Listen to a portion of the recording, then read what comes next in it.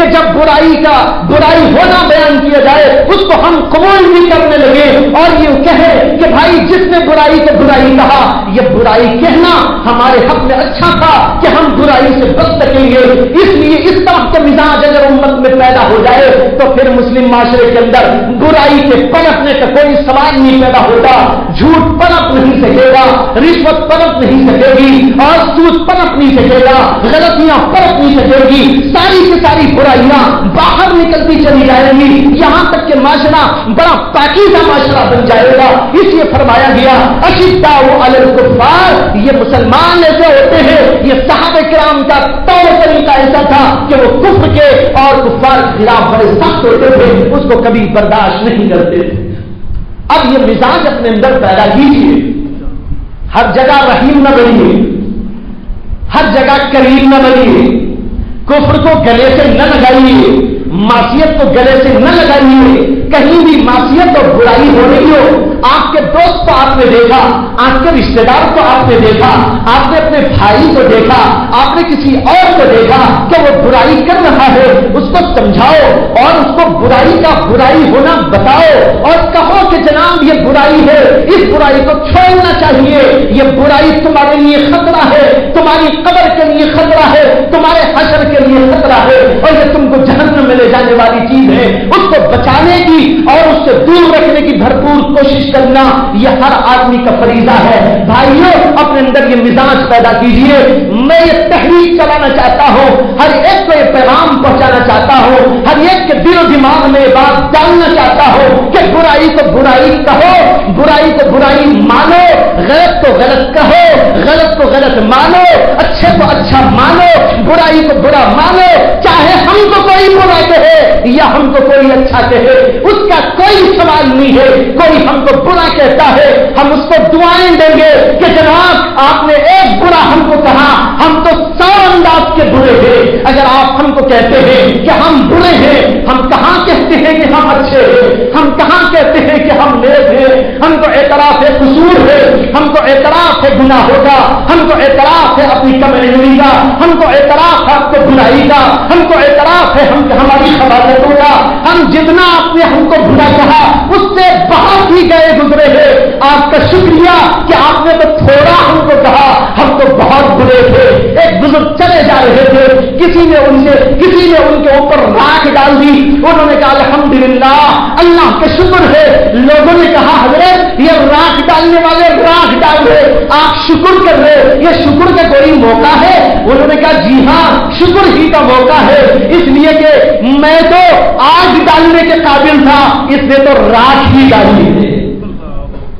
میں تو آگ ڈالنے کے قابل تھا، اس نے تو راکھ ڈالی ہے، اس لیے شکر ادا کرتا ہوں۔ آپ نے میرے ساتھ رحم کا معاملہ کیا ہے، آپ نے میرے ساتھ کرم کا معاملہ کیا ہے، میری ذرا سی برائی بیان کی ہے، مجھے ذرا سا برا سمجھا ہے، میں تو بہت برا ہوں، میں تو بڑا خبیث ہوں، میں تو بڑا رذیل ہوں، میں تو بہت ہی گیا گزرا ہوں۔ لیکن بھائیوں جب بھی برائی کو برائی کہتا ہو، برائی کو بہرحال برائی کہا جائے گا۔